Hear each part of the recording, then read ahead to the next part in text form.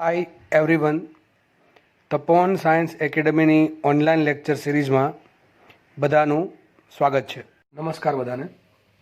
તો લાસ્ટ લેક્ચર્સમાં આપણે દાખલાઓ, ત્યારબાદ આપણે ન્યુક્લિયર સંલયન, ન્યુક્લિયર વિભાજન પ્રક્રિયાઓ આપણે પેલો EBN વિરુદ્ધ એનો ગ્રાફ છે એના આધારે સમજેલા. એમાં તમને કાલે બે વસ્તુ શીખવાડેલી કે કોઈ પ્રક્રિયા છે એ આપમેળે થશે કે નહીં. આપમેળે થવી એટલે કે મતલબ કે એ પ્રક્રિયામાં આપણને ઉર્જા મળશે કે નહીં, અને જો પ્રક્રિયા આપમેળે થતી ના હોય તો શું કરવું પડે? પ્રક્રિયા કરવા માટે આપણે બહારથી ઉર્જા આપવી પડે, એટલે કે પ્રક્રિયામાં ઉર્જાનું શોષણ થશે. તો આપણને બે વસ્તુ શીખવા મળેલી. પહેલું કે જો પ્રક્રિયા આપમેળે થાય તો પ્રક્રિયા આપણને ઉર્જા મળે, એટલે પ્રક્રિયામાંથી ઉર્જાનું ઉત્સર્જન થાય. પ્રક્રિયા આપમેળે થાય તો પ્રક્રિયામાંથી ઉર્જાનું ઉત્સર્જન થાય. અને બીજું, જો પ્રક્રિયા આપમેળે નહીં થાય તો પ્રક્રિયામાં ઉર્જાનું શોષણ થશે. આ પ્રક્રિયા જે છે પ્રોસેસ એ ફૂલફિલ કરવી હશે તો પ્રક્રિયકોને કંઈક ઉર્જા આપવી પડશે, અને એના આધારે આખી પ્રોસેસ થશે અને આપણને નિપજ મળશે. બરાબર છે? તો જે પ્રક્રિયા આપમેળે થતી હોય એમાં ઉર્જા આપણને સામેથી મળતી હોય, એટલે કે આપણે સાદી ભાષામાં કહીએ ઉર્જાનું ઉત્સર્જન થાય છે.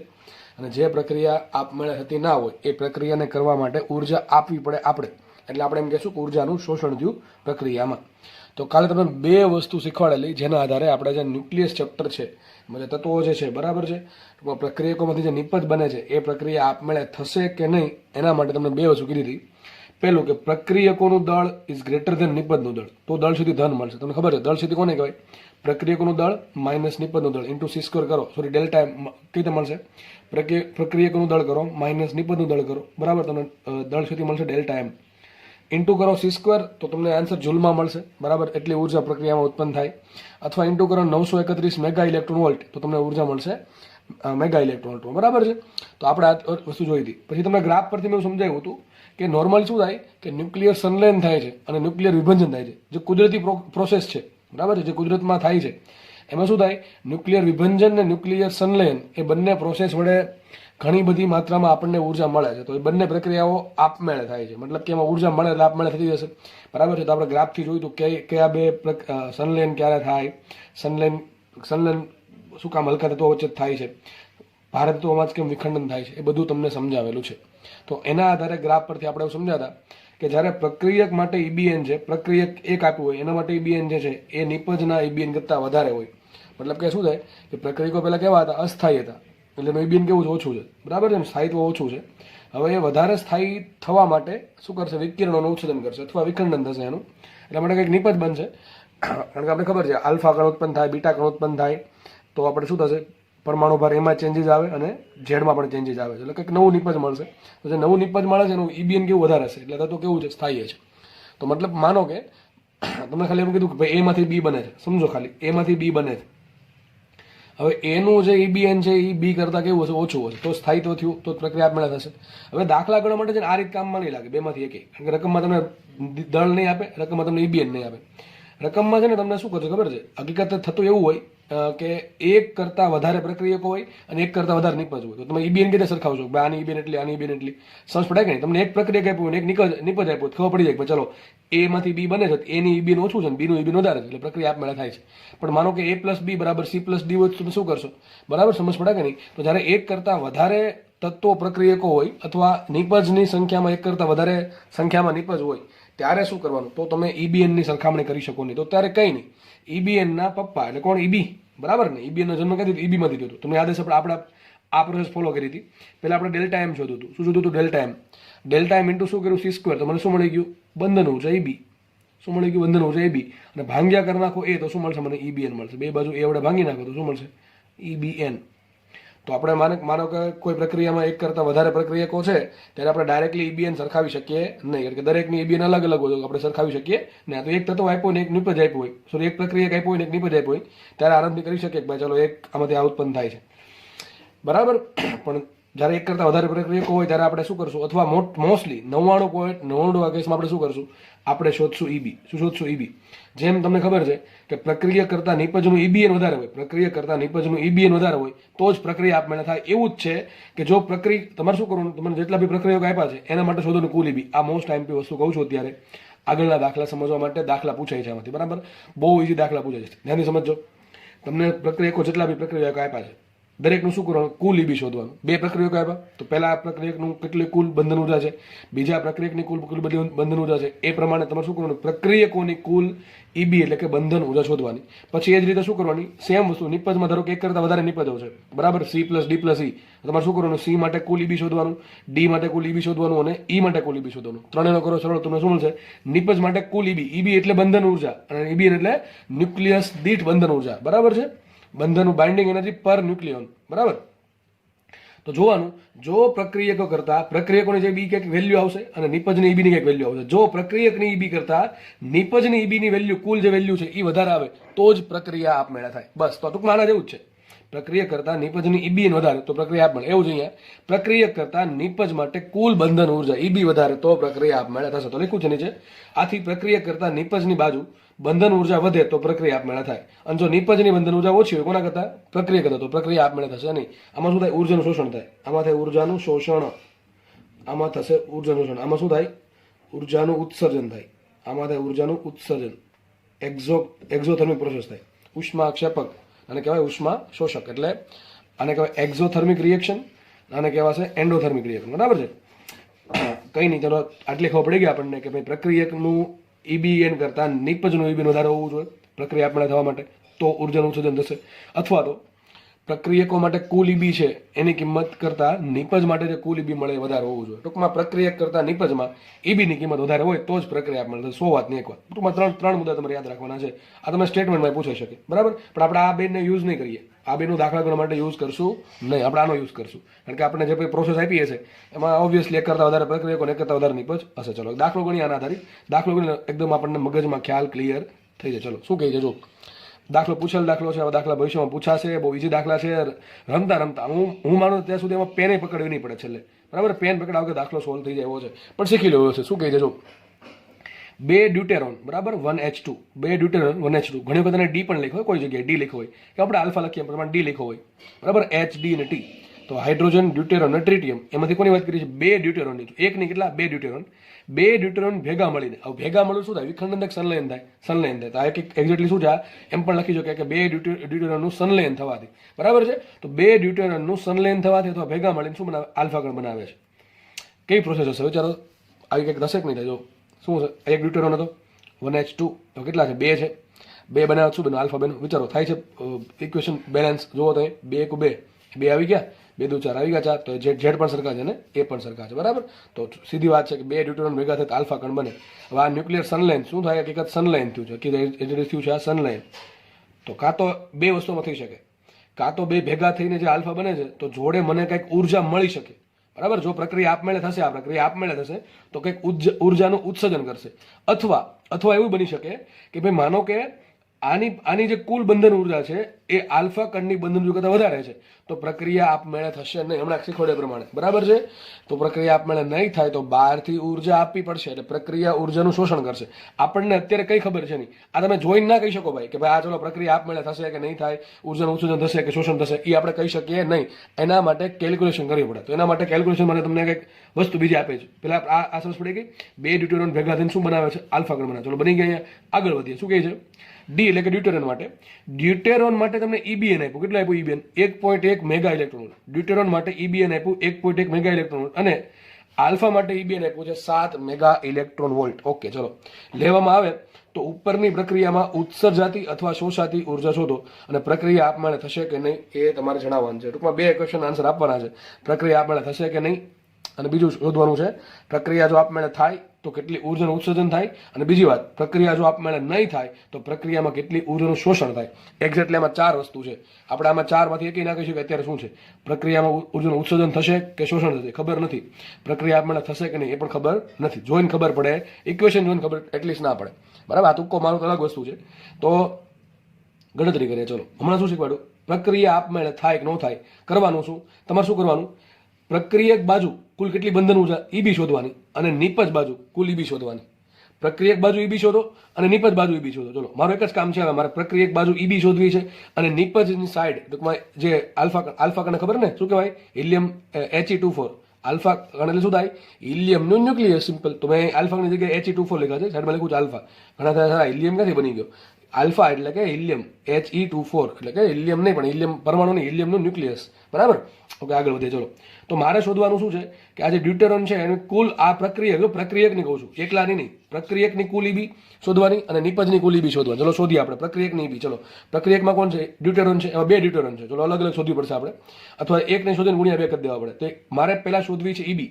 મને આપ્યું શું? EBN આપ્યું. EBN માંથી ઈબી કઈ થાય? બહુ ઈઝી છે. EBN નું સૂત્ર યાદ હોવું જોઈએ, થોડુંક ફંડામેન્ટલ.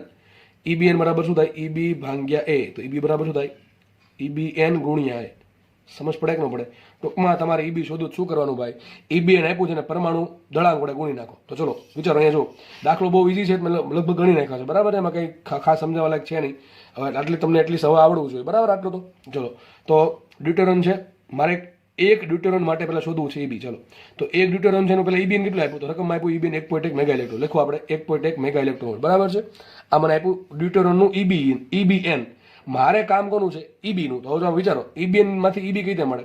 અરે આ શું છે? પરમાણુ દળાંક એ છે કે નહીં? તો EB બરાબર શું થાય? A into EBN. કેટલા A છે ડ્યુટેરોન માટે? 2 ઇન્ટુ શું કરો? 1.1. તો શું મળશે? 2.2 મેગા ઇલેક્ટ્રોન. મતલબ આ શું મળ્યું મને? એક ડ્યુટેરોનની વાત થાય છે. એક ડ્યુટેરોન માટે EB આટલા છે. એક ડ્યુટેરોન માટે EB આટલા છે, બરાબર છે. તો પ્રક્રિયકમાં કુલ કેટલા આવશે? પ્રક્રિયકમાં તો 2 ડ્યુટેરોન છે. વિચારો. ઘણા કેસ આ 2 અહીંના ગુણ્યા છે. અરે આ 2 એના નથી ગુણ્યા. આ બે કયા 2 ગુણ્યા? આ 2 ગુણ્યા છે, બરાબર છે. પેલા મેં હજી EBN માંથી EB શોધું. EBN માંથી મેં શોધું EB. EB બરાબર આવશે A ગુણ્યા EBN. એ કેટલા આપ્યા? 2 ગુણ્યા EBN કેટલું? 1 માટે 1.1. તો કેટલું આવશે? 2.2 મેગા. આ એક ડ્યુટેરોનની EB મળી. એવા કેટલા ડ્યુટેરોન છે? 2 છે.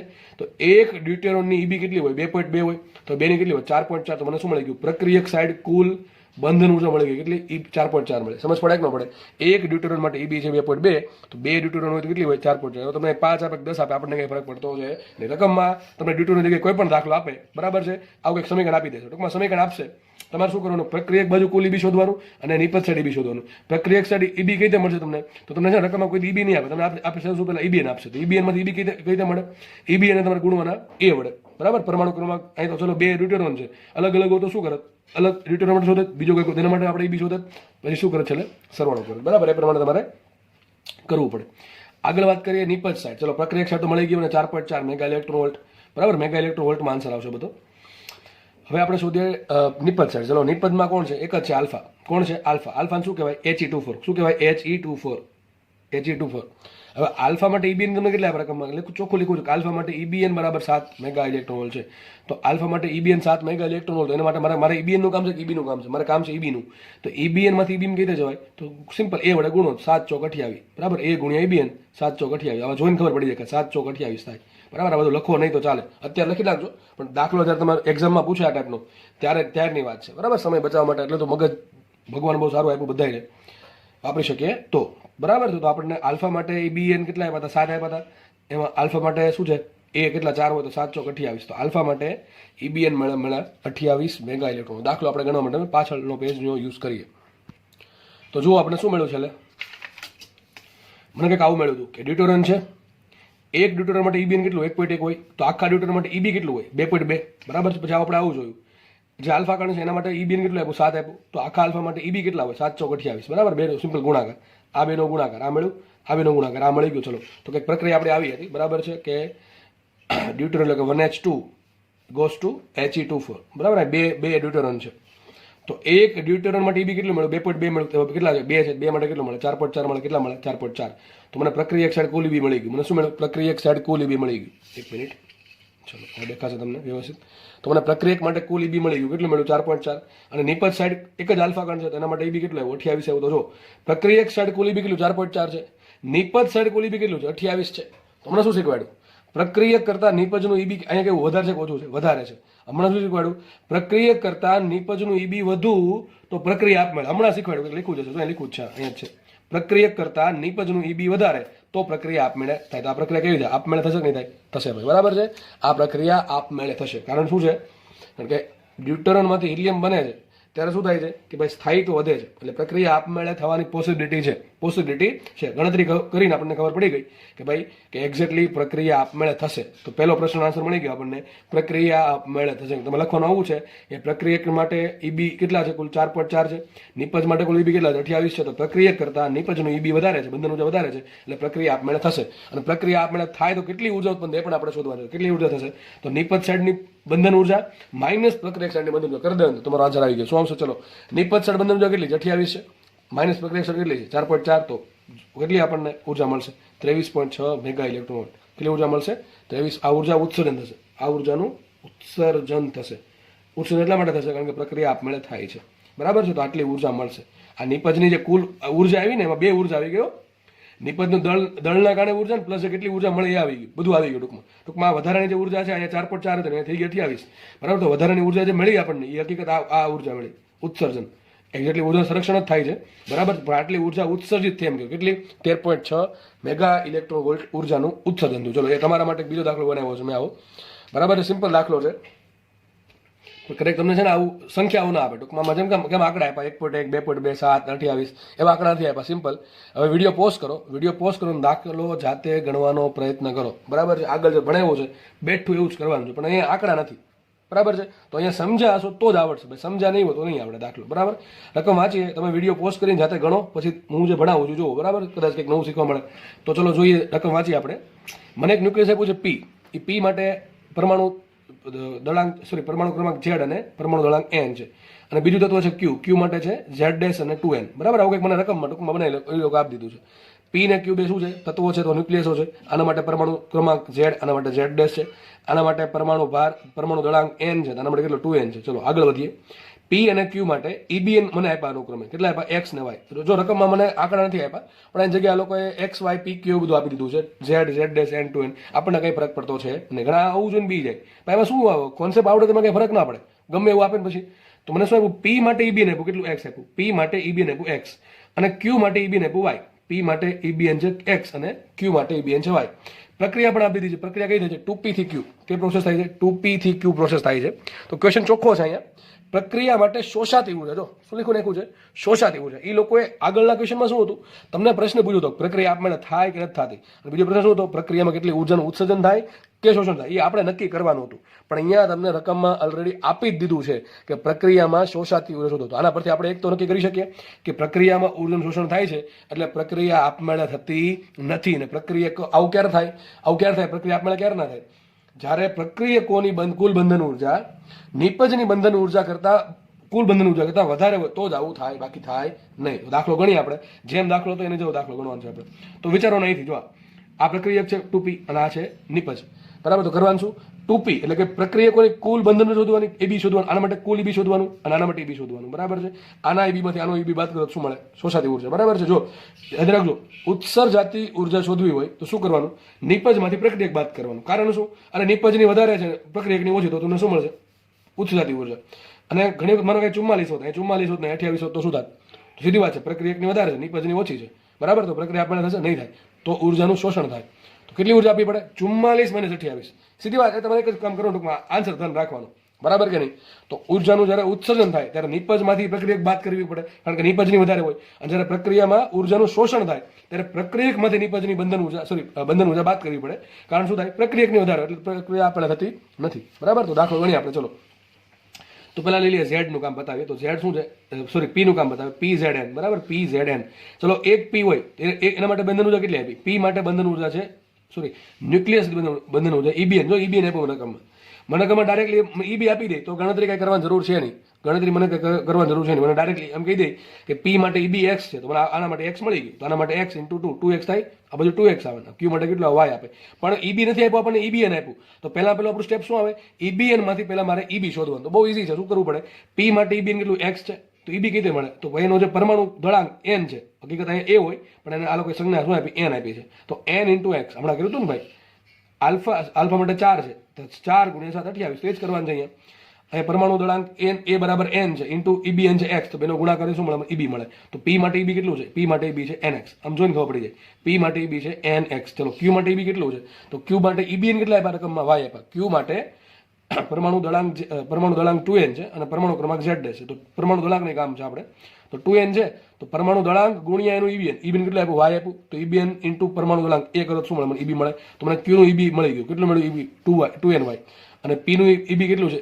nx છે. ચલો પ્રક્રિયા કઈ રહે છે? 2p is goes to x. બરાબર છે. તો ચલો આપણે જે એક p છે, કોઈ પણ એક p લઈ લો, બરાબર, ન્યુક્લિયસ, એના માટે EB કેટલું છે? nx છે. આપણી પાસે આવા બે p પ્રક્રિયકો તરીકે શું થાય? ભેગા થાય છે, એટલે સંલયન થાય છે, ટૂંકમાં ભેગા થાય છે. તો એક પી હશે તો એની માટે બંધન ઉર્જા કેટલી? nx છે. તો આવા કેટલા છે? બે છે તો કેટલી હશે? 2nx. તો પ્રક્રિયકોની કુલ બંધન ઉર્જા મળી ગઈ. પ્રક્રિયકોની કુલ બંધન ઉર્જા મળી ગઈ કેટલી? 2nx. અને ચલો q શું છે? નિપજ છે. નિપજમાં તો એકલો જ છે, એની બંધન ઉર્જા કેટલી? 2ny છે. તો આ બાજુ મને શું મળે? 2nx ને આ બાજુ મળે મને 2ny. બરાબર છે. તો આ મને પ્રક્રિયકની બંધન ઉર્જા મળી અને આ મળી મને નિપજની બંધન ઉર્જા. રકમમાં આપણને ચોખ્ખું કીધું છે ઉર્જાનું શોષણ થાય છે. મેં તમારી સવલત માટે લખી નાખ્યું છે ઉર્જાનું શોષણ થાય છે. મતલબ એનું એમ થાય કે પ્રક્રિયકની બંધન ઉર્જા નિપજની બંધન ઉર્જા કેવી હશે? વધારે હશે. બરાબર કે નહીં? પ્રક્રિયામાં ઉર્જાનું શોષણ ક્યારે થાય? પ્રક્રિયા આપમેળે થાય નહીં. તો પ્રક્રિયા આપમેળે ક્યારે ના થાય? હમણાં કીધું પ્રમાણે પ્રક્રિયકની કુલ બંધન ઉર્જા છે એ નિપજની બંધન ઉર્જા કરતા કેવી હોય? વધારે હોય. આપણે શું કરશું? આપણે એમ માનશું કે આજે પ્રક્રિયકની બંધન ઉર્જા છે, આ પ્રક્રિયકની બંધન ઉર્જા કોની ઉર્જા છે? પ્રક્રિયકની બંધન ઉર્જા. અને કોની છે? નિપજની બંધન ઉર્જા. બરાબર છે. તો આ મને મળી પ્રક્રિયકની બંધન ઉર્જા, આ મને મળી નિપજની બંધન ઉર્જા. તો કોની વધારે હશે આમાં? ડેફિનેટલી પ્રક્રિયકની જ વધારે છે. કારણ શું? ચોખ્ખું લખ્યું છે શોષાતી. તો આની વધારે છે, આની ઓછી. મતલબ કે લખ્યું છે કે પ્રક્રિયા ઉર્જાનું શોષણ કરે એટલે પ્રક્રિયા આપમેળે થશે નહીં. તો હમણાં કીધું પ્રમાણે મોટો કોણ હશે? આ મોટું હશે. ડેફિનેટલી આ જ મોટું હશે. તો આપણે આમાંથી આ બાદ કરી દેવાનું. તમને શું મળે? પ્રક્રિયામાં શોષાતી ઉર્જા. ચલો લખશું શું? શોષાતી ઉર્જા બરાબર પ્રક્રિયકની બંધન ઉર્જા માઇનસ નિપજની બંધન ઉર્જા. પ્રક્રિયકની બંધન ઉર્જા આપી 2nx માઇનસ શું કરે? 2n. તો તમારો જવાબ આવી ગયો q is equal two 2nx minus 2ny. કદાચ આપણે 2n કોમન કાઢી નાખે શું થાય? x minus y. તો સાબિત શું થાય? x મોટું છે કે y મોટું હશે? ઓલવેઝ x મોટું હશે. આમાં x મોટા જો બેમાં જો 2n 2n તો છે જ. તો x મોટું હોય ને y નાનું હોય તો જ આવું થાય. તો તમને આવો પ્રશ્ન પૂછી શકે કે તો પ્રક્રિયા જો ભાઈ જી વાળા ખાસ આમાં ઘણી વખત આવો પ્રશ્ન પૂછે કે પ્રક્રિયા છે 2p થી q, આ પ્રક્રિયા માટે ઉર્જાનું શોષણ થતું હોય, આ પ્રક્રિયા માટે ઉર્જાનું શોષણ થતું હોય તો x અને y નો સંબંધ શોધો. ચાર ઓપ્શન આપી દે. x greater than y, x is equal to y, x less than y, કે ડેટા ઇનસફિશિયન્ટ. ટૂંકમાં જે રકમમાં જે ડેટા આપ્યો છે એ અપૂરતો છે. તો શું આન્સર આવશે? x greater than y. કારણ શું આપ્યું? તમને ચોખ્ખું લખ્યું છે ઉર્જાનું શોષણ થાય છે. હવે ઉર્જાનું શોષણ ક્યારે થાય? કે પ્રક્રિયકની બંધન ઉર્જા નિપજની બંધન ઉર્જા કરતા વધારે હોય તો. પ્રક્રિયકમાં 2n છે, નિપજમાં 2n છે, બધું કોણ? x ને y. બરાબર છે. જેટલો x મોટો તો જ 2nx મોટું અને તો જ પ્રક્રિયકની બંધન ઉર્જા વધારે અને તો જ તે ઉર્જાનું શોષણ થશે. તો આમાં એમ પણ પ્રશ્ન પૂછાય કે x ને y નો સંબંધ શોધો. તો શું આવશે? x should be greater than y. હું આમાં શબ્દ ફેરવી નાખું, એમ પૂછી નાખું કે ભાઈ પ્રક્રિયામાં ઉત્સર્જાતી ઉર્જા શોધો. એક શબ્દ ફેરવી નાખું ઉત્સર્જાતી. તો તમારે શું કરવું પડે? શબ્દ એવો ઉત્સર્જાતી તો મોટું કોણ હશે? ડેફિનેટલી નિપજની બંધન ઉર્જા વધારે હોય. તો તમારો આન્સર આવશે 2ny માઇનસ 2nx. શું આન્સર આવે? 2ny minus 2nx. શું કરવું પડે? 2n ગાઉસમાં y minus x. તો ભાઈ તમને ઓપ્શનમાં જો મને દાખલો પૂછો શોષાતી ઉર્જા, ઓપ્શન આવો આપ્યો છે 2n ગાઉસમાં x માઇનસ, એવો ઓપ્શન આવો આપી શકે 2n ગાઉસમાં y માઇનસ x. તો આ ટીક નહીં કરતા પાછું, આ ટીક નહીં કરતા. આ ક્યારે ટીક થાય? ઉત્સર્જાતી શબ્દ હોય તો. બરાબર કે નહીં? ઉર્જાનું શોષણ થાય છે. ધેટ મીન્સ કે પ્રક્રિયકની જ બંધન ઉર્જા વધારે છે. તો એક દાખલામાં બે દાખલામાં તમને ઘણું બધું મેં શીખવાડી દીધું. હવે દાખલામાં ભવિષ્યમાં ગમે એવો પૂછાય આપણને ફરક પડવો જોઈએ નહીં. આ એક પ્રક્રિયા આપો, બે આપો, ત્રણ આપો, ગમે એટલા આપે, તમારે શું કરવાનું? દરેક માટે EB શોધવાનું. આ ચલો ટૂપી છે પણ ધારો કે ટૂપી જગ્યાએ તમને આમ કહી દે પ્રક્રિયક છે R Z ડબલ ડેશ અને અહીંયા છે 3n. તો આવડે કે ન આવડે? બરાબર છે. આ મને ધારો કે તમને આપ્યું છે R માટે, તમને આપ્યું છે XYZ નહીં લઈ લઈએ સ્મોલ એ. તો તમારે શું કરવાનું? 3n into a. બરાબર ને? તો અહીં EB મળી ગયું. બરાબર કે? તો માનો કે p plus 2p plus r is goes to y એવું કંઈક છે. ટૂંકમાં ગમે એટલા ટૂંકમાં એક કરતાં વધારે પ્રક્રિયકો આપે, એક કરતાં વધારે નિપજ આપે. તમારે શું કરવાનું? જેટલા બી પ્રક્રિયકો આપ્યા છે એનું કુલ EB શોધી નાખવાનું. જેટલા બી નિપજ આપ્યા છે એનું કુલ EB શોધી નાખવાનું. મોસ્ટલી બહુ વધારે નહીં આપે પણ આવા દાખલા પૂછાય છે. બરાબર છે. 2p ગોઝ ટુ y, કે પછી આવું કરી નાખે p plus r goes to q. તો p ની બંધન ઉર્જા શોધો, r ની શોધો, q ની શોધો. આની કુલ સરળો કરો, આનો કુલ સરળો કરો, જોવાનું કોની વધારે છે. આગળ આપે જોવાનું. બાકી આવું કંઈક આપે તો તમને રકમ ચોખ્ખું કહી જ દેશે કે શોષણ થાય છે કે ઉત્સર્જન થાય છે. બરાબર. તો દાખલો આઈ થિંક દાખલા બહુ ઇઝી છે, બહુ દાખલા ઇઝી છે. બરાબર. મેં કીધું ને પેન પકડા વગર થઈ જાય. આમ જોઈને ખબર પડી જાય. જો આના માટે કેટલી છે? x છે. હવે કેટલા છે? n છે. તો n ઇન્ટુ x. એકની મળશે. હવે કેટલા છે? 2 છે. તો આ બાજુ કેટલી મળે? 2nx. જો આમ થઈ જાય. આના માટે કેટલા પરમાણુ દળાંક છે? 2n છે. એની બંધન ઉર્જા કેટલી? y છે. તો એકની કેટલી? 2ny થાય. અહીં છે કેટલા? એક જ. તો અહીં કેટલી મળી? કુલ 2nx. અહીં કેટલી મળી? 2ny. આ તો બધું તમને સમજાવવા માટે કર્યું છે. બરાબર. તો દાખલો આઈ થિંક 10-15 સેકન્ડમાં સોલ્વ થઈ જાય પણ એ પ્રેક્ટિસ કરવી પડે. અત્યારે આવડે પછી નહીં આવડે પાછું. બરાબર. એના માટે પ્રેક્ટિસ રિવિઝન એક જ વસ્તુ તમને બતાવી શકે આમાં. નેક્સ્ટ ક્વેશ્ચન સોલ્વ કરીએ. ક્વેશ્ચન આની જેવો જ છે. આગળ એવો દાખલો છે પણ તમને ગ્રાફ સ્વરૂપે પૂછેલો છે. તમને ગ્રાફ આપ્યો છે, કોનો આપ્યો? EBN વિરુદ્ધ એનો, જો કે જોને ખબર પડી જાય. એમાં 3 ન્યુક્લિયસ પર ફોકસ કરવાનું છે. એક તો Z છે, એક તો Y છે અને એક W છે. રકમમાં બીજું કંઈ આપ્યું નથી, આ સીધો તમે ગ્રાફ આપી દીધો છે. અને નીચે લખ્યું છે 2 પ્રોસેસ થાય છે. એક તો Y માંથી 2Z બને છે અને W માંથી 2Y બને. વિચારો ને, વિચારો. હું તમને અત્યારે પ્રશ્ન પૂછું, Y માંથી 2Z આપમેળે બને કે ન બને? અરે ઓલરેડી આ કેવું છે? સ્થાયી છે, ઓલરેડી સ્થાયી છે, બરાબર છે. પોસિબિલિટી ઓછી છે, પોસિબિલિટી ઓછી છે. અને શું બને? W માંથી 2Y બને. એ પોસિબિલિટી છે, કદાચ પોસિબિલિટી છે, બરાબર કે ભાઈ આ થોડુંક અસ્થાયી છે, સ્થાયીનું તરફ પ્રયાણ કરે છે. પણ એક્ઝેક્ટલી 2Y બની શકે કે ના બની શકે એ આપણને ખબર નથી. એની બાજુનું કોઈ તત્વ બને, બરાબર કે નહીં, એ જોવું પડે, બરાબર. એના માટે ઘણો બધો દાખલો, પણ આપણે આમ થોડુંક તો આઈડિયા આવે, થોડોક આઈડિયા આવે. એમને કીધું એક્ઝેક્ટલી ખબર પડી જ જાય આપણને. એ ડિપેન્ડ કરે કિંમત ઉપર ભાઈ. કિંમત બહુ આંકડા મેટર કરે છે. આંકડા ન આપ્યા હોય તો આપણે વિચાર છે કે કદાચ આમાંથી બનતું હોય, આમાંથી બની શકે, તો આમ લાગે કે ભાઈ ના બની શકે. કેમ? ઓલરેડી આ સ્થાયી છે, કારણ કે એની બેન વધારે છે અને આ અસ્થાયી છે. તો આમાં શું કામ બનવાનો પ્રયત્ન કરે? બરાબર ને? એમ ખબર પડે આપણને કે W માંથી 2Y, એવું કીધું W માંથી 2Y બને છે, તો W માંથી 2Y બની શકે. હું એમને કીધું બનશે, એ ડિપેન્ડ કરે આંકડા પર. આંકડા મેચ ના થાય, ઉર્જાનું સેટિંગ થવું જોઈએ, ના થાય તો પ્રક્રિયા નહીં થાય, બરાબર કે નહીં? પણ આમ માનો કે આંકડા નથી આપ્યા અને આપણે જસ્ટ ખાલી પ્રિડિક્ટ કરવાનું છે કે પ્રક્રિયા થઈ શકે કે નહીં, તો પોસિબિલિટી કહી શકીએ આપણે કે હા કદાચ આ પ્રક્રિયા થઈ શકે અને આ પ્રક્રિયા ના થઈ શકે. એ કોના પર ડિપેન્ડ કરશે? એક્ઝેક્ટ કોના પર ડિપેન્ડ કરે? આંકડા પર. અહીંયા આપણને આંકડા આપેલા છે, તો આપણે આંકડા સહિત આપણા જે ક્વેશ્ચન છે એને આપણે પુરાવા આપવા પડશે, પ્રમાણ આપવું પડે. આ ક્વેશ્ચન છે, એમાં આંકડા છે, આંકડાના આધારે ગણતરી કરીને એના આધારે કહી શકીએ કે આ પ્રક્રિયા થશે કે નહીં થાય. પ્રક્રિયા થાય તો કેટલી ઉર્જા આપવી પડે, પ્રક્રિયા નહીં થાય તો પ્રક્રિયા કરવા માટે કેટલી ઉર્જાનું શોષણ કરવું પડશે. એટલે ટૂંકમાં કેટલી ઉર્જા શોષાશે પ્રક્રિયામાં. ચલો, તો ખબર પડી ગઈ. જોઈને ખબર પડે કે ભાઈ Z માટે મને A આપ્યો 30, Z માટે EBN આપ્યું. શું આપ્યું? EBN 5 આપ્યું. Y માટે A છે 60, એના માટે EBN છે 8.5 અને W માટે A છે 120 અને એના માટે EBN છે 8. ઓકે, બધી કિંમત મેગા ઇલેક્ટ્રોન પર ન્યુક્લિયનમાં છે, બરાબર છે? તો આપણને ખબર છે. હવે વાત કરીએ આગળ. તો જુઓ, 2 પ્રક્રિયા છે, Y માંથી 2Z બનવાની અને W માંથી 2Y બનવાની. ક્વેશ્ચન કયા છે? કઈ પ્રક્રિયા આપમેળ થશે અને દરેક પ્રક્રિયામાં ઉત્સર્જાતી અથવા એટલા માટે લખ્યું ખબર નથી આપણને, અથવા શોષાતી ઉર્જા મેળવો. ચલો, સિમ્પલ દાખલો છે. આગળ જે ગણાવ્યું છે હું તમને કહી દઉં કે ભાઈ Y માટે A આટલા છે 60 અને EBN આટલા છે. Z માટે Z માટે A 30 અને EBN છે 5 અને W માટે કેટલા છે? W માટે A છે 120 અને EBN છે 8. દાખલા બે જાતે ગણો. ચલો, વિડીયો પોસ્ટ કરો, દાખલા જેટલો આવડે એટલો ગણો. પેલી પ્રોસેસ છે Y માંથી 2Z બને. પહેલા શું કરવું પડે? પ્રક્રિયકોની કુલ બંધન ઉર્જા અને નિપજની કુલ બંધન ઉર્જા. અહીંયા પણ શું કરવું પડે? પ્રક્રિયકની કુલ બંધન ઉર્જા અને નિપજની બંધન ઉર્જા. તો મને એક વસ્તુ બાકી છે કે મારે Y ની બંધન ઉર્જા શોધવી પડે, Z ની શોધવી પડે અને W શોધવી પડે. મેં ઓલરેડી શોધી જ નાખી છે અલગથી. પછી પ્રોસેસમાં આપણે કિંમત મૂકી દઈશું, બરાબર? તમે વિડીયો પોસ્ટ કરો, બરાબર? બીજું કંઈ જોવાનું થતું નથી. આપણે વિડીયો પોસ્ટ કરો, જો ટ્રાય કરો કેટલો આવડે છે. ભલે આમાં જોઈ લીધું હોય તો ટ્રાય કરો, બરાબર? ચલો, આપણે દાખલો ગણીએ તો Y પહેલા આપણે Y છે એની કુલ બંધન ઉર્જા શોધી નાખીએ. તો Y ની EBN કેટલા આપ્યું? Y માટે A કેટલા છે? 60 છે. Y માટે EBN કેટલા આપ્યું? 8.5 આપ્યું. કેટલા છે? Y માટે EBN છે 8.5. Y માટે EB કઈ રીતે મળે? તો સિમ્પલ, Y ના EBN જે છે એને તમે A વડે ગુણો, શું મળે? Y માટે EB મળે. તો Y માટે EB ક્યાંથી? અહીંથી મળે. 8.5 ગુણ્યા, આમાં કેટલું જો ઈઝી છે, આ બેનો ગુણાકાર, આ એનો EBN, આ એનો A. તો 8.5 ગુણ્યા 60 કરો શું મળે મને? Y માટે કુલ EB એટલે બંધન ઉર્જા મળી જાય. શું આવશે? 8.5 ગુણ્યા 6 60 એટલે શું થાય? 8 6 48 એટલે 480 થયા. અને હજી 0.5 એટલે 60 ગુણ્યા 30, 60 ગુણ્યા 0.5 એટલે 30 થયા. તો 480 30 510 કેટલા આવશે? 510. આરામથી ગણતરી થાય એવું છે. તો Y માટે મને કુલ બંધન ઉર્જા કેટલી મળી? Y માટે એકલા Y માટે EB મળ્યું મને 510. ચલો, એ પ્રમાણે W માટે શોધીએ. તો W માટે EB કેટલા? 8 છે. W માટે A કેટલા? 120 છે. કરો બેનો ગુણાકાર, 12 96. તો W માટે EB કેટલા છે? 960.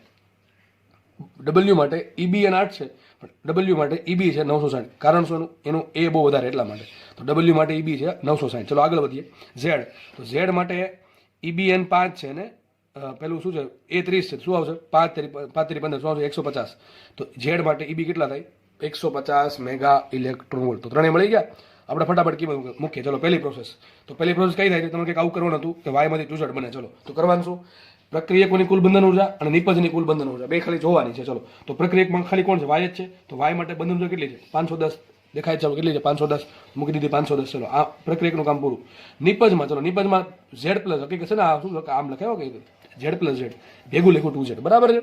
તો એક પ્રક્રિયક છે અને બે નિપજ છે. બે નિપજ કે સરખી નિપજ Z બરાબર. આ રીતે તો એક Z હોય, એક Z, તો એની બંધન ઉર્જા EB કેટલી? 150 છે. એ આપણે 2 છે. કેટલી છે? 300 થાય કે ન થાય? 2 ગુણ્યા 150. 2 એમ રાખ્યા. Z માટે મૂક્યું 150. કેટલી 300 આવશે. તો જો પ્રક્રિયકમાં બંધન ઉર્જા મળી આપણને EB કેટલા મળ્યા? 510. નિપજમાં કેટલા મળ્યા? 300 મળ્યા. તો મેં હમણાં કીધું, તમારે ચેક શું કરવાનું? પ્રક્રિયકમાંથી નિપજમાં EB વધવું જોઈએ. ઈબી વધે તો પ્રક્રિયા આપમેળે, નથી વધતું તો આપમેળે નહીં થાય. સિમ્પલ. તો હતી કેટલી પેલા બંધન ઉર્જા 510, હવે કેટલી થઈ ગઈ 300 થઈ ગઈ.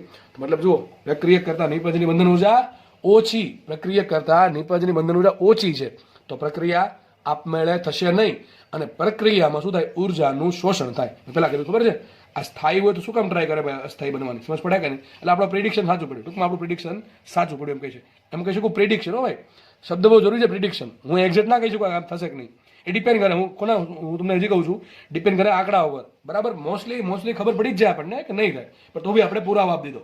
બરાબર છે. તો શું થશે, જો પ્રક્રિયા કરતા ઈબી પ્રક્રિયા કરતા નિપજમાં ઈબી ઘટે, ઈબી ઘટે એટલે નિપજની ઈબી ઓછી છે, એટલે શું થાય, પ્રક્રિયા આપમેળે થશે નહીં. તો પ્રક્રિયામાં આપમેળે નહીં થાય તો કેટલી ઉર્જાનું શોષણ થાય એ ખબર પડી ગઈ. પ્રક્રિયા આપમેળે નહીં થાય તો શોષણ જ થશે એ પાક્કું. ચલો, તો શોષણ કેટલું થશે, 510 - 300. શું કરવાનું, પ્રક્રિયકમાંથી નિપજ. ટૂંકમાં તમારે આન્સર ધન રાખવાનું. 510 - 300 શું થાય, 210 મેગા ઇલેક્ટ્રોન. ટૂંકમાં તમારે વાયમાંથી ટુઝેડ પ્રોસેસ કરવી હોય, વાયમાંથી ટુઝેડ બનાવવું હોય તો તમારે 12થી આટલી ઉર્જા આપવી પડે. કેટલી આપવી પડે, વાયને તમે આટલી ઉર્જા આપશો 210 મેગા ઇલેક્ટ્રોન વોલ્ટ, તો જ તે વાયમાંથી ટુઝેડ બને. કારણ કે ઓલરેડી થાય છે, શું કામ અસ્થાયી બનાવવાનો પ્રયત્ન જાતે કરીને કરે. બરાબર. નેક્સ્ટ દાખલો ગણીએ, બાકી છો આમાં કયું, ડબલ્યુમાંથી 2y. એક જોઈ લો ખાલી, ડબલ્યુમાં કેટલી છે 960 અને વાયમાં છે 510. આગળ કામ આવશે એટલે. ચલો નેક્સ્ટ પ્રોસેસ છે આપણી ડબલ્યુમાંથી 2y. ડબલ્યુ માટે બી કેટલા 960 છે, વાય માટે કેટલા 510 છે, પણ એમાં કેટલા વાય છે, બે વાય છે ને, તો 510 × 2 કેટલા થશે, 1020. બરાબર કે નહીં? ડબલ્યુમાંથી 2y, ડબલ્યુ માટે ઈબી આપ્યા 960, આપણે શોધા, આપણે સોરી 960. વાય એકલા વાય માટે કેટલા 510 × 2 થાય 1020. તો 960 માંથી 1020 આપણને બંધ, ટૂંકમાં પ્રોસેસ કંઈક આવી થઈ.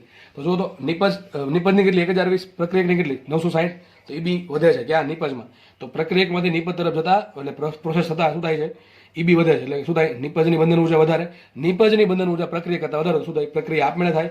પ્રક્રિયા આપમેળે થાય તો ઉર્જાનું ઉત્સર્જન થાય. કેટલું ઉત્સર્જન થાય, તો 1020 માંથી 960 બાદ કરો શું મળે, 1020 - 960 શું આવશે, 60 મેગા ઇલેક્ટ્રોન. કેટલી આવશે, 60 મેગા ઇલેક્ટ્રોન. આટલી ઉર્જાનું ઉત્સર્જન થશે. દાખલો એમપી ગ્રાફ આધારિત છે. તો હવે જેટલા બી દાખલા ગણાવ્યા છે એના મતે, મારા મતે તો તમને હવે એટલું તો આવડી જવું જોઈએ કે પ્રક્રિયા આપમેળે થાય કે ન થાય. તમને આમાંથી દાખલા પૂછવાના ચાન્સીસ છે ભાઈ, ખાસ ચાન્સીસ છે. અને ઘણા લોકોને આવું ઇઝી આવડતું નથી. એનું કારણ છે કે વ્યવસ્થિત લેક્ચર જોતા નથી, અથવા આપ સમજવાનો પ્રયત્ન નથી કરતા. સમજાવું છું તો સમજવાનો પ્રયત્ન, બહુ ઓછા લોકો છે પણ સમજવાનો પ્રયત્ન કરતા નથી. તો નહીં આવડે. બરાબર છે. ગોખીને મતલબ નથી, ગોખીને કોઈ ફિઝિક્સમાં કોઈ મિનિંગ છે નહીં. કે આંકડા બદલી નાખશે તો દાખલો આખો બદલી જશે, અને કદાચ કંઈક અટપટું પૂછી નાખ્યું તો સમજેલા છું તો આપણે આન્સર આપી શકશું. બરાબર. પણ બધું આમાંથી હશે, આને રિલેટેડ જ બધું હશે, આમાં કોઈ નવીન સિંગડા નહીં હોય એને દાખલાને. બરાબર. નેક્સ્ટ ક્વેશ્ચન ગણીએ. અને નેક્સ્ટ ટાઈપના દાખલા અમે 1 થી 2 લીધા છે, 2 થી 3 લીધા છે, જેથી તમને દાખલા આવડી જાય. એક ટાઈપના દાખલા પૂરા, 3 ટાઈપના દાખલા ગણીએ. બહુ ઇઝી દાખલા. લગભગ તમે કેમેસ્ટ્રીમાં કદાચ આવું કંઈક ગણતા હશો, મોલ ગણતા હશો કે પછી પરમાણુની સંખ્યા ગણતા હશો, એ બધું ગણતા હશો. તો બસ એ જ વસ્તુ છે અહીંયા. જો એક દાખલો શીખવાડું, ધ્યાનથી શિદ્દતથી ઘડીક ધ્યાન રાખીને સમજી લો, ભૂલાશે નહીં કોઈ દિવસ. બરાબર. ચલો સમજીએ શું કહે છે. તમને ઓલરેડી પ્રોસેસ આપી દીધી છે. આગળ શું હતું, પ્રોસેસ આપતા હતા અને પ્રક્રિયા આપમેળે થતી કે નહીં એ કહેવાનું હતું. અહીંયા શું છે, જો કંઈક અલગ વસ્તુ છે, થોડીક પ્રેક્ટિકલ વસ્તુ છે. જો એક ડ્યુટેરોન છે, બરાબર છે, ડ્યુટેરોન. એવા 2 ડ્યુટેરોન ભેગા થાય છે તો કંઈક આવું બને છે. હિલિયમનું એક સમસ્થાનિક બન્યું. ભાઈ હંમેશા જોયું કે આલ્ફા બને, કોઈ પણ તમને પ્રક્રિયા આપી શકે. આ મેં નથી આપ્યું, તમને રકમમાં આપેલું છે. બરાબર છે. ઘણા કેસ આલ્ફા નો બની જાય, અરે બની શકે પણ આવું બન્યું છે, કંઈ વાંધો નહીં. ચલો, તો ડ્યુટેરોન હતો 1H2, એ 2 ભેગા થયા શું કંઈક પ્રોસેસ થઈને કંઈક આવું બન્યું. હિલિયમ 2 3, હકીકત શું થાય, હિલિયમનું સમસ્થાનિક થાય. બરાબર. હિલિયમ 2 3 પ્લસ એક ન્યુટ્રોન મેળો. શું મેળો, એક ન્યુટ્રોન મેળો પ્લસ આ કંઈક લખું. જો આ શું મતલબ થાય સર, આનો શું મતલબ અને પ્લસનો શું મતલબ?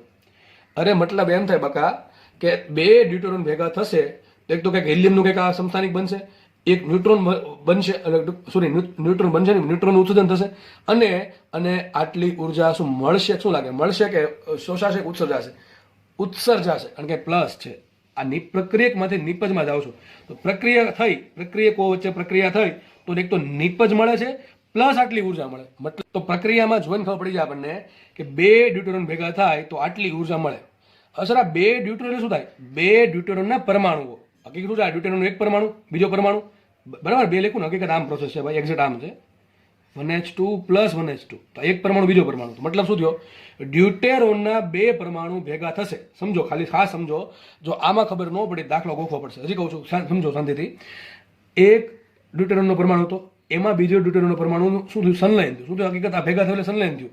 તો આ હકીકત કઈ પ્રોસેસ છે, ન્યુક્લિયર સંલયન. તો ડ્યુટેરોનનું ન્યુક્લિયર સંલયન થયું. કેટલા ડ્યુટેરોનનું, 2 ડ્યુટેરોનનું. આ 2 ડ્યુટેરોન મતલબ શું થાય, ડ્યુટેરોનના 2 પરમાણુ. તો ડ્યુટેરોનના 2 પરમાણુનું સંલયન થયું તો શું મને મળ્યું? એક તો કંઈક હિલિયમનો સમસ્થાનિક મળ્યો, એક ન્યુટ્રોન મળ્યો. પણ વિચારો આપણે મેઇન ઇન્ટરેસ્ટ એમાં હોય. વિચારો આપણા જે ન્યુક્લિયર પાવર પ્લાન્ટ ચાલે એમાં મેઇન ઇન્ટરેસ્ટ એમાં હોય. મેઇન ઇન્ટરેસ્ટ એમાં હોય કે તમારું રિએક્ટર છે એ કેટલી એનર્જી પ્રોડ્યુસ કરે છે. તો 2 ડ્યુટેરોન ભેગા થાય તો આટલી ઉર્જા મળે. કેટલી? 3.27 મેગા ઇલેક્ટ્રોન. સમજ પડે કે ન પડે? ચલો આપને ખબર પડી ગઈ કે 2 ડ્યુટેરોનનો પરમાણુ ભેગા થવાથી આટલું બધું બનશે. આનું મને કાંઈ કામ નથી, મારે આ કામ છે કે ભાઈ 3.27 મેગા ઇલેક્ટ્રોન વોલ્ટ ઉર્જા મળે. તો ક્વેશ્ચન શું છે? ક્વેશ્ચન આવો છે કે આપેલ ન્યુક્લિયર સંલયન પ્રક્રિયામાં જો 1 કિલો ડ્યુટેરોન, વિચારો આટલું બધું ડ્યુટેરોન, ઓહો, 1 કિલો ડ્યુટેરોન લેવામાં આવે તો આવા 1 કિલો ડ્યુટેરોનના સંલયનથી 10 વોટનો બલ્બ કેટલા સમય સુધી ચાલે? તમારો ક્વેશ્ચનનો આન્સર આપવાનો છે કે આ પ્રોસેસ થઈ, બરાબર, આ પ્રોસેસ આપી છે. એમાં તમને એમ કહી દીધું, આપણે ઇન્ટરપ્રિટ કર્યું, આપણે એવું સમજ્યા કે ભાઈ 2 ડ્યુટેરોનના પરમાણુ ભેગા થશે આપણને આટલી ઉર્જા મળશે. તમને એમ કહી દીધું તમારી પાસે 1 કિલો ડ્યુટેરોન છે, તમારી પાસે 1 કિલો ડ્યુટેરોન છે, એની આ પ્રોસેસ કરાવો, કંઈક ઉર્જા મળશે, બરાબર, આનાથી કંઈક ઉર્જા મળશે. એ જે ઉર્જા મળે છે એનાથી તમારે 10 વોટનો બલ્બ ચલાવવાનો છે. જોકે આપણે એવું માનશું પ્રક્રિયામાં બધી જગ્યાએ એફિશિયન્સી 100% છે. હકીકત એફિશિયન્સી 100% ન હોય, ઘણા બધા લોસીસ હોય, પણ આપણે બધું નથી આપ્યું તમને રકમમાં. સિમ્પલ ખાલી એવું કીધું છે કે આ પ્રક્રિયા થાય છે તો 3.27 મેગા ઇલેક્ટ્રોન વોલ્ટ ઉર્જા મળે છે. તમારી પાસે 1 કિલો ડ્યુટેરોન હોય તો કેટલી ઉર્જા મળે એ શોધવું પડે. અને એ ઉર્જા કોને આપવાની છે? 10 વોલ્ટના બલ્બને. તો જોવાનું છે 10 વોલ્ટનો બલ્બ કેટલા વર્ષ સુધી ચાલી શકે જો જીવતા હોઈએ તો, બરાબર. દાખલો ગણે એટલે ખબર પડે આપણને. ચલો, તો પહેલા મારા 10 વોલ્ટનો બલ્બ કેટલા સમય સુધી ચાલે? ટૂંકમાં મને શું પાવર આપ્યો, ને સમય માંગ્યો. શું શોધવું પડે? વિચારો, પાવર બરાબર ઉર્જા ભાગ્યા સમય. વિચારો, પાવર બરાબર ઉર્જા ભાગ્યા સમય. પાવર તમને આપ્યો છે, સમય માંગો, તમારે ઉર્જા શોધવી પડે. તો ઉર્જા શોધી નાખો. પાવર આપ્યો છે, ઉર્જા મળી જાય તો શું મળે? સમય મળે કે ન મળે? સમય બરાબર શું થાય? ઉર્જા છે પાવર. તો મારે પાવર તો આપી દીધો 10 વોટ, બરાબર છે. હવે બાકી શું રહે? ઉર્જા. તો કઈ ઉર્જા શોધવી પડે? 1 કિલો ડ્યુટેરોન આ પ્રમાણે સંલયન કરાવવું તો કેટલી ઉર્જા મળે? તો સિમ્પલ, બહુ સિમ્પલ દાખલો છે. જુઓ, અહીંયા આપણે જો મેં તમારે માટે લખી દીધું છે વ્યવસ્થિત બધું કે ભાઈ આ સમીકરણ આખું તમને રકમમાં આપ્યું છે. આનું મિનિંગ શું થાય તો લખ્યું છે. મિનિંગ, ખાસ મિનિંગ, આ લીટી બહુ જરૂરી, આ લીટી બહુ જરૂરી છે દાખલો ગણવા માટે, દાખલો સમજવા માટે, અને ભવિષ્યમાં આવા દાખલા પૂછે તો તમને આવડવા માટે. આનો મિનિંગ એમ થાય કે ડ્યુટેરોનના 2 પરમાણુ ભેગા થાય ત્યારે કેટલી ઉર્જા મળે આપણને? બસ એક જ વસ્તુ મને ખબર છે, આનો એક જ આપણે ઉપયોગ કરવાનો છે, સમીકરણનો એક જ ઉપયોગ કરવાનો છે કે ડ્યુટેરોનના 2 પરમાણુ ભેગા થશે તો આપણને કેટલી ઉર્જા મળે? 3.27 મેગા ઇલેક્ટ્રોન વોલ્ટ. તો ડ્યુટેરોનના 2 પરમાણુથી મને ઉર્જા મળશે 3.27 મેગા ઇલેક્ટ્રોન વોલ્ટ, બરાબર છે. તો ત્રિપદી મૂકવાની છે. તો શોધવું શું પડે? વિચારો, મારી પાસે 1 કિલો ડ્યુટેરોન છે. હવે આપણે 1 કિલો કંઈ કરી શકશું? કંઈ ના કરી શકીએ. કરવું શું પડે? મને એક ત્રિપદીમાં એક પદ મળી ગયું કે 2 પરમાણુ ભેગા થાય તો એટલી ઉર્જા મળે. તો મારા પાસે કેટલા ડ્યુટેરોન છે? કેટલા છે ને ખબર, પણ એટલો છે ખબર છે, 1 કિલોગ્રામ. તો શોધવું શું પડે? વિચારો, તમારા મગજ વિચારો, તમારા મગજ થોડું દોડાવો. શું શોધવું પડે મારે? શું મળે તો દાખલો સોલ્વ થાય. મારી પાસે 1 કિલો ડ્યુટેરોન છે, મને એટલી ખબર છે કે 2 પરમાણુ ભેગા થાય, ડ્યુટેરોનના 2 પરમાણુ ભેગા થાય તો 3.27 મેગા ઇલેક્ટ્રોન ઉર્જા મળે. આટલી ઉર્જા મળે. કેટલા? 2 પરમાણુથી. હવે આપણી પાસે સાલો કેટલો છે? 1 કિલો ડ્યુટેરોન છે. તો સાહેબ એક જ વસ્તુ શોધવી પડે, 1 કિલો ડ્યુટેરોનમાં કેટલા પરમાણુ હોય મળી જાય, દાખલો થઈ જાય સોલ્વ. કારણ શું? મને આટલી ખબર છે કે 2 પરમાણુ ભેગા થાય તો આટલી ઉર્જા મળે. તો 1 કિલો ડ્યુટેરોનમાં કેટલા પરમાણુ છે? જો એ સંખ્યા મને મળી ગઈ, જો એ આંકડો મળી ગયો તો દાખલો થઈ ગયો. બસ આપણે શું કરશું? ત્રિપદી મૂકશું. 2 પરમાણુ આટલી ઉર્જા, 1 કિલોમાં જેટલા 2 પરમાણુ આવે એના માટે કેટલી ઉર્જા, બસ દાખલો થઈ ગયો પૂરો. તો જુઓ, દાખલો કેટલો ઈઝી છે. પહેલા શું કરવાનું? દાખલો પહેલા જોઈ લેવાનું. આ સમીકરણમાં શું કહેવા માંગે છે? ડ્યુટેરોનના 2 પરમાણુ આટલી ઉર્જા આપે. તો કેટલો દળ આપ્યું છે મને? 1 કિલોગ્રામ દળ આપ્યું. હું શું કરીશ? પહેલું કામ શું કરીશ? જે દળ આપ્યું છે એ દળમાં કેટલા પરમાણુ છે શોધી નાખીએ. પરમાણુ. બીજું આપેલું સ્ટેપ, બરાબર. 1 કિલો, 2 કિલો, 5 કિલો, જેટલા ભાઈ આને ઈચ્છા હોય ત્યાં સુધી આપવા દો ને, બરાબર. એ ચાહત હોય ને ત્યાં સુધી આપવા દો દળ. જેટલું આપે એટલું આપણે કંઈ ફરક પડતો છે. એટલે હું શું કરીશ? દળ જે આપ્યું એમાંથી પરમાણુ શોધી નાખ. આપેલું સ્ટેપ. પછી શું કરીશ? પરમાણુ મળી એટલે શું કરીશ? ત્રિપદી મૂકીશ. ત્રિપદી, બરાબર. કઈ ત્રિપદી? અહીંથી કે 2 પરમાણુ માટે આટલી ઉર્જા તો આટલા પરમાણુ માટે કેટલી ઉર્જા મળી ગઈ. પછી દાખલો પૂછો. આ તો બધી પૂછડ્યું છે. આ પાછળથી પૂછડ્યું ગમે એડ કરી નાખ્યું. અહીંયા શું પાવર આપો તો સમય પૂછો, બરાબર. તમે ખાલી ઉર્જા પૂછી શકે. પાવર એક ઘણી બધી પૂછ્યું, સમય આપે તો પાવર પૂછી નાખે. સમજ પડે કે ન પડે? તો ઉર્જા આપણે પહેલા પેલું સ્ટેપ શું કરવું પડશે? આપણે પરમાણુ કેટલા શોધવું પડે. ચલો, આટલી વસ્તુ ખબર પડી ગઈ. આ બેઝિક હતું બધું. હવે દાખલો સ્ટાર્ટ કરીએ. ચલો, લખ્યું જ છે મેં. તો 2 પરમાણુ ભેગા થાય તો આટલી ઉર્જા મળે. તો શોધવું શું પડે? 1 કિલો ડ્યુટેરોનમાં કેટલા પરમાણુ છે તો જ આપણો દાખલો આગળ વધશે. અથવા તમારે એમ શોધવું પડે 2 પરમાણુનું દળ કેટલું હોય તો ચાલે. ભાઈ ઊંધું કરો તોય 2 હરકું જ છેલા. પણ આપણે આમ કરવાનું કે ભાઈ આટલા પરમાણુ ભેગા થાય આટલી ઉર્જા મળે. તો 1 કિલોગ્રામ ડ્યુટેરોનમાં કેટલા પરમાણુ હોય? હવે પરમાણુ સંખ્યા માટે એક જ વસ્તુ આવે. કોણ? મોલ આવે. ભાઈ સિમ્પલ વસ્તુ. કોણ છે? મોલ. હવે આનું સૂત્ર તમને લગભગ લાસ્ટ ટાઈમે શીખવાનું કેમેસ્ટ્રીમાં શીખતા રહેવા છો કે ડ્યુટેરોન લખાઈશું 1H2. આનું શું મતલબ થાય? આનો 2 ગ્રામ ડ્યુટેરોન એટલે 1 મોલ થાય, બરાબર કે નહીં? આવું તમે શીખા છો કે ભાઈ ચલો એક લઈ લઈએ, ઓક્સિજન લઈ લે. ચલો, ઓક્સિજન લઈ લઉં 816, બરાબર. ખાલી O પરમાણુની વાત છે. તો મતલબ કે 16 ગ્રામ O પરમાણુ હોય એટલે કે 32 ગ્રામ O2 હોય, 32 ગ્રામ O2 હોય ત્યારે 1 મોલ થાય. હકીકત લખે ને આ પ્રમાણે O2 32, બરાબર કે નહીં? તો એ જ અહીંયા છે ડ્યુટેરન છે તો કેટલા છે 2 છે. તો આ પરમાણુ વળાંક ગ્રામમાં લઈ લેવાનું કે 2 ગ્રામ ડ્યુટેરન હોય તો કેટલા પરમાણુ? 1 મોલ, સોરી 2 ગ્રામ ડ્યુટેરન હોય તો કેટલો હશે? 1 મોલ ડ્યુટેરન હોય. 1 મોલ ડ્યુટેરનમાં કેટલા પરમાણુ હોય? એને જેટલા હોય કે ન હોય, કેટલા હોય? એને જેટલા. તો સિમ્પલ વાત છે. આપણી પાસે ભાઈ 2 ગ્રામ નથી, મારી પાસે બહુ વધારે છે. કેટલો છે? 1 કિલોગ્રામ.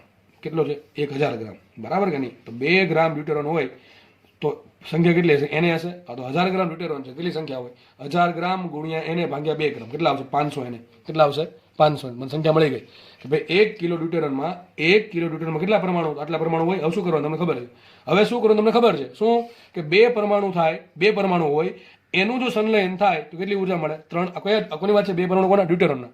લખું તો આમ લખવું પડે કે ડ્યુટેરનના 2 પરમાણુનું સંલયન થાય શું મળે? 3.27 મેગા ઇલેક્ટ્રોન વોલ્ટ ઉર્જા મળે સમીકરણ પરથી. તો આપણી પાસે 500 એને જેટલા પરમાણુઓ છે એના સંલયનથી કેટલી ઉર્જા મળે?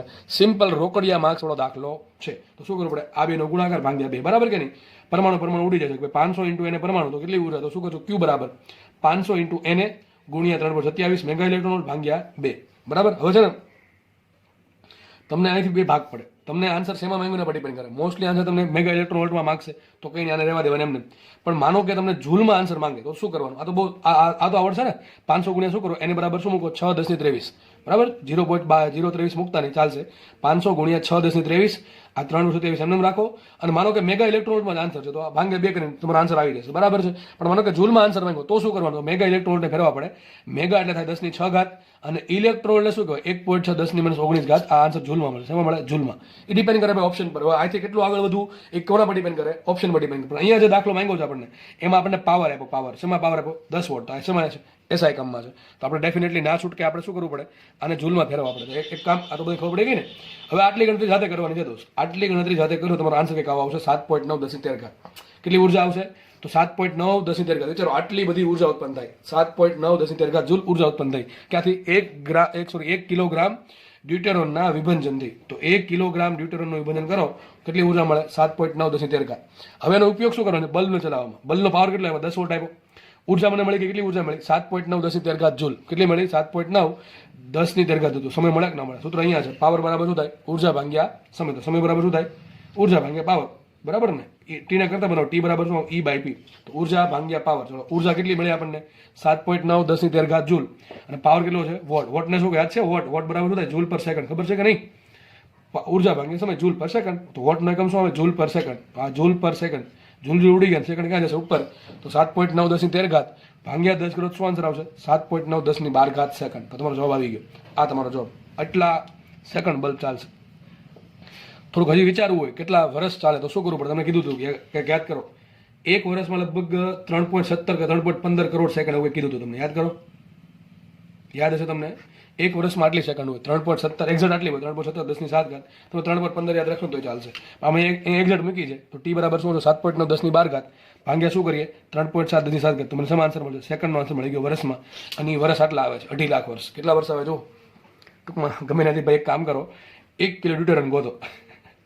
જસ્ટ આઈ એમ કિડિંગ, બરાબર છે. પણ ડ્યુટેરન મળવાથી કંઈ ના થાય, પ્રક્રિયા કરવી પડે સંલયન, એમને ના થઈ જાય, બરાબર.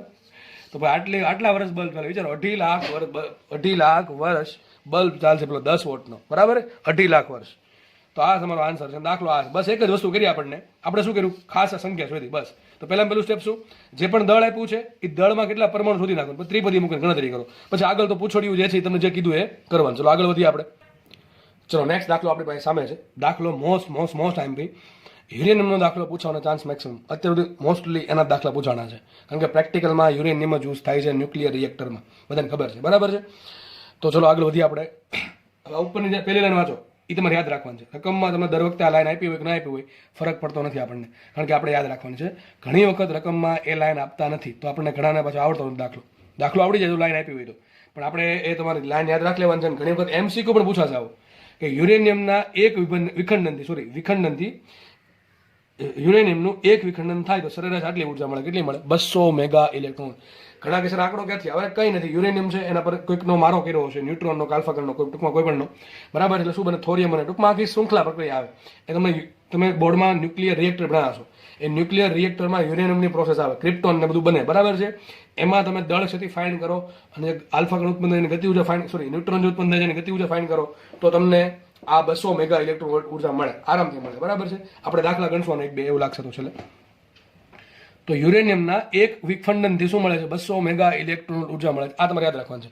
સર લાઈનનો શું મતલબ? હમણાં શું હતું? કંઈક આવું હતું ને, 1H2 ગુણ્યા 2. આનો શું મતલબ હતો? 3.27 કંઈક હતું, લગભગ એવું કંઈક હતું. આનો શું મતલબ હતો? કે ડ્યુટેરિયમના 2 પરમાણુ સંલયન થયું, 2 ભેગા થયા તો કેટલી ઉર્જા મળી? 3.27 મેગા ઇલેક્ટ્રોન વોલ્ટ. અહીંયા જો શું છે? યુરેનિયમના એક વિખંડ, મતલબ એમ થાય કે યુરેનિયમનો એક પરમાણુ છે, યુરેનિયમનો એક પરમાણુ છે, એનું જો વિખંડન કેટલી ઉર્જા મળે? 200 મેગા ઇલેક્ટ્રોન. કેટલી મળે છે? 200 મેગા ઇલેક્ટ્રોન વોલ્ટ. તો આપણે શું કરવાનું છે? સિમ્પલ એ જ વાત, આગળ કર્યું એ જ. 1 કિલો યુરેનિયમમાં કેટલા પરમાણુ? જો લખ્યું જ છે, એક પરમાણુનું વિખંડન થયું તો કેટલી ઉર્જા મળી? 200 મેગા ઇલેક્ટ્રોન વોલ્ટ.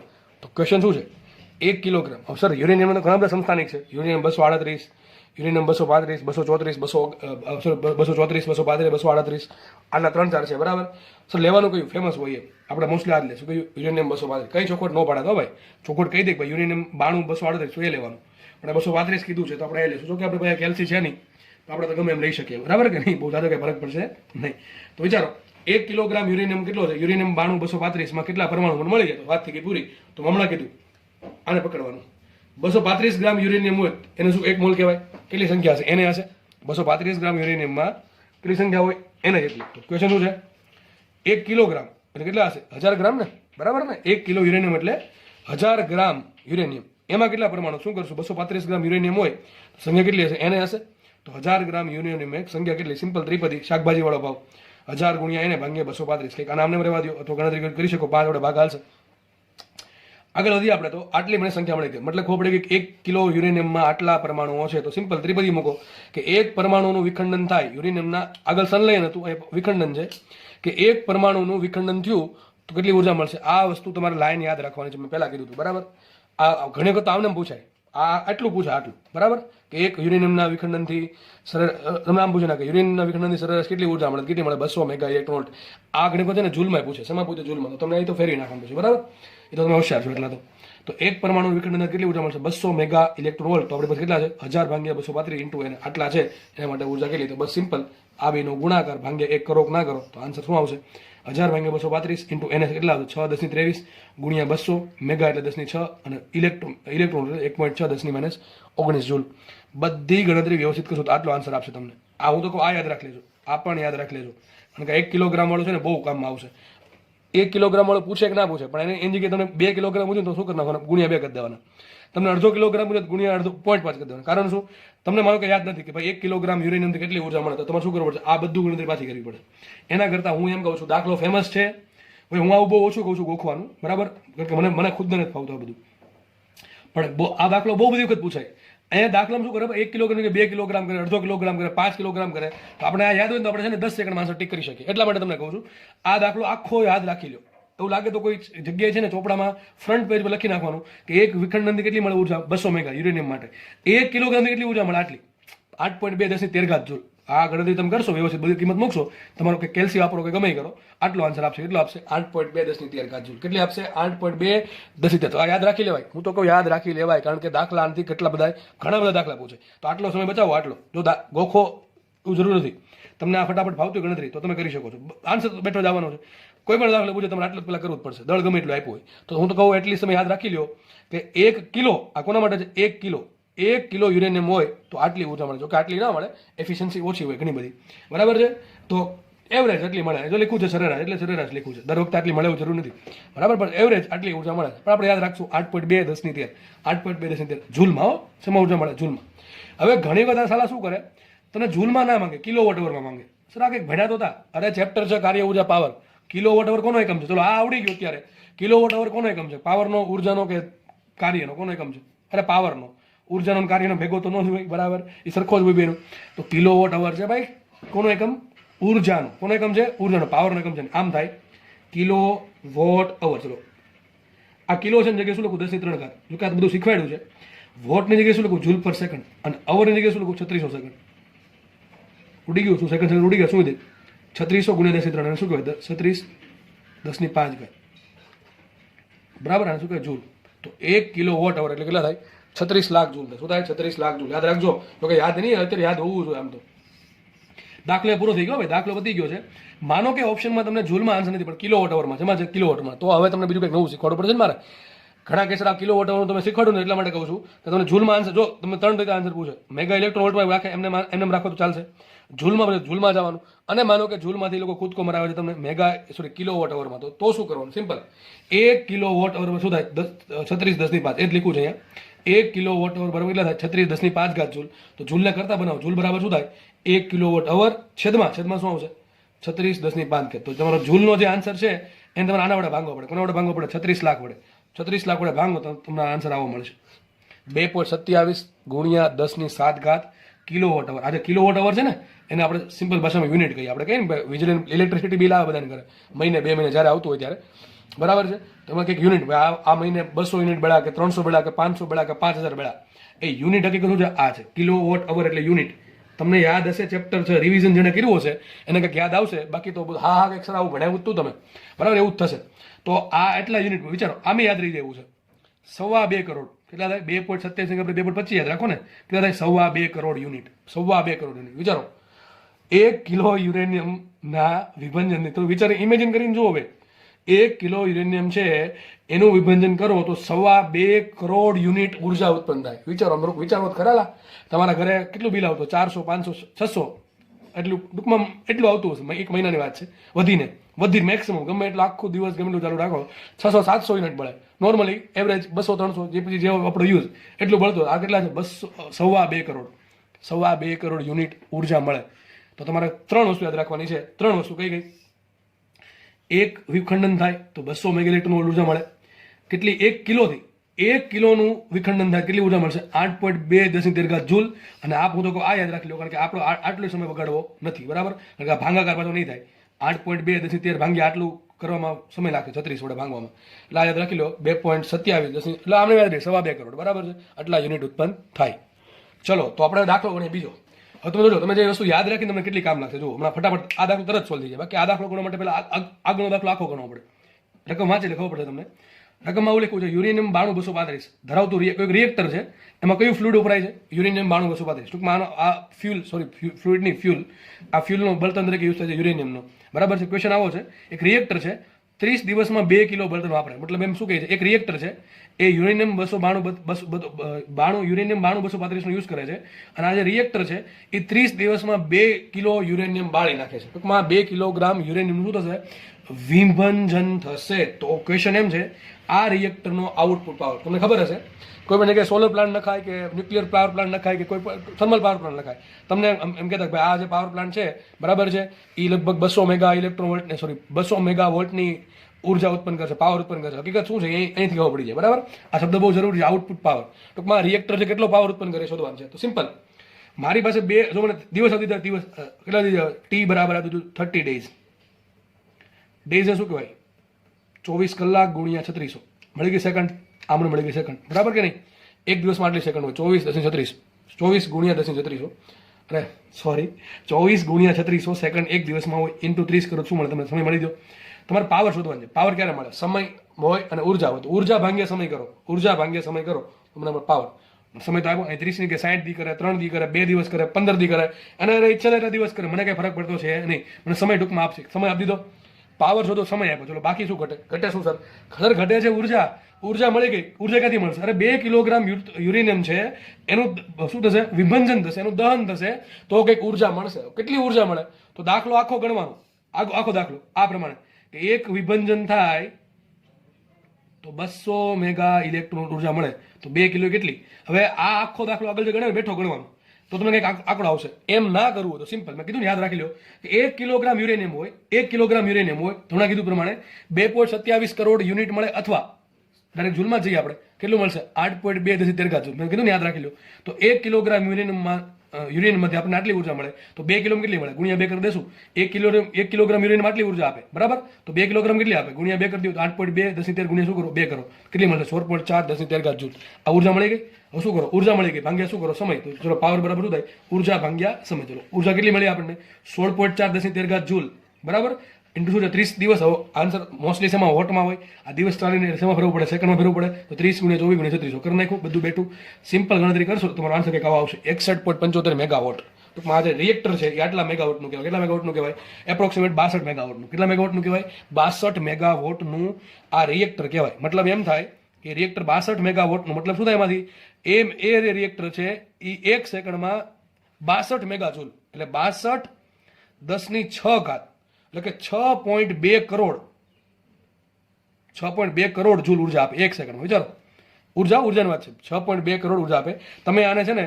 કિલોવોટ અવરમાં ફેરવી શકો જોકે પણ એ તો કંઈ કામનું છે નહીં કારણ કે આપણે પાવર માંગ્યો એટલા માટે બરાબર છે તો દાખલો અહીંયા પૂરો થાય છે ખાસ યાદ રાખજો આ બધી વસ્તુ જે કીધી છે યાદ રાખવાની હોમવર્ક છે તમારું કે રિએક્ટરની બધી થિયરી વ્યવસ્થિત તૈયાર કરી નાખવાની એમાં જે મોડરેટર આવે બરાબર છે કોણ મોડરેટર તરીકે યુઝ થાય કયા દ્રવ્યોનો શીતક તરીકે યુઝ થાય છે રિએક્ટર કામ કેમ કરે છે પછી રિએક્ટર છે ક્યારે ક્રિટિકલ કહેવાય સબ ક્રિટિકલ કહેવાય બરાબર એ બધી થિયરી તમારે એનસીઆરટીમાં આપી છે વ્યવસ્થિત વાંચી લેવી ક્યારેક એમાંથી પ્રશ્ન આવશે હું કરાવીશ નહીં કેમ કે થિયરિટિકલ પાર્ટ છે બરાબર એટલે વાંચી લેવો એમાં ખબર ન પડે પૂછજો બરાબર બાકી વાંચજો જાતે